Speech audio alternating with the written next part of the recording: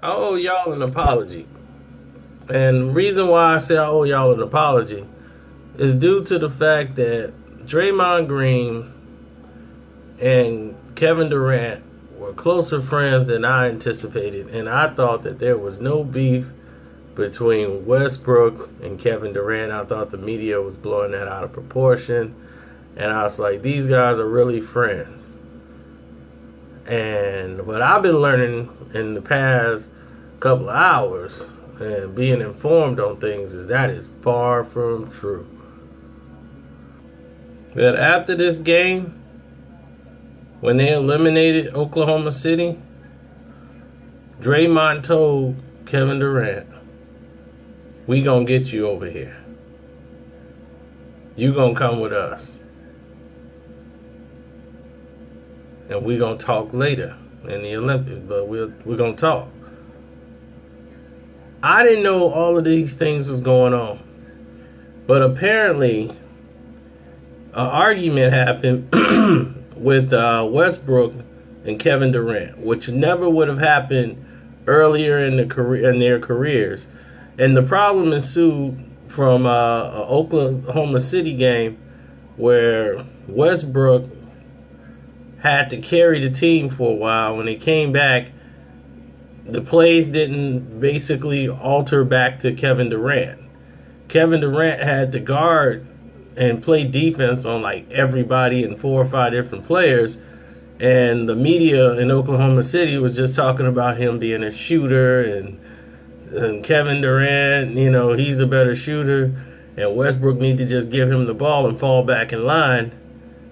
But we need Kevin Durant taking shots, and he's worn out and he's tired by the time the fourth quarter comes because he's playing defense on like 4 different guys. He's guarding like 4 guys on the court, and people weren't paying attention to it.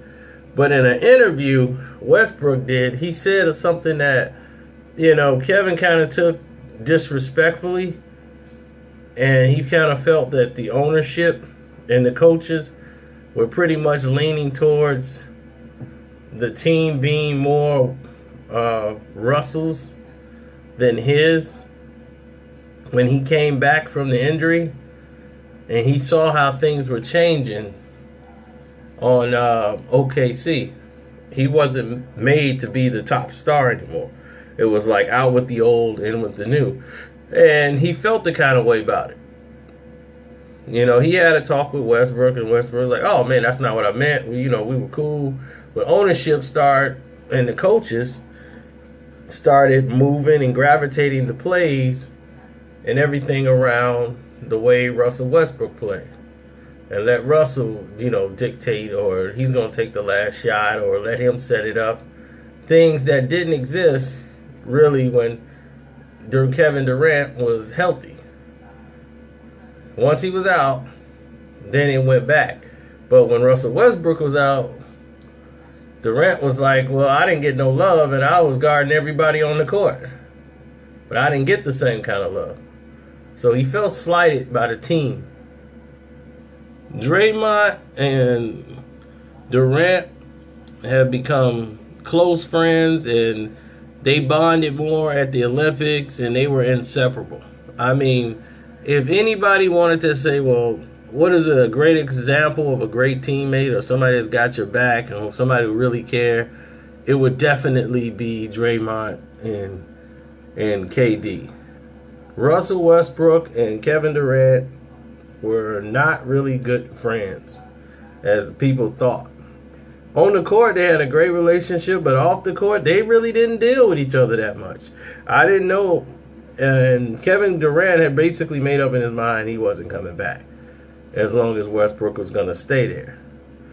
He had done that course. He had seen the process of that, and he wasn't going to go through another season of what he just went through.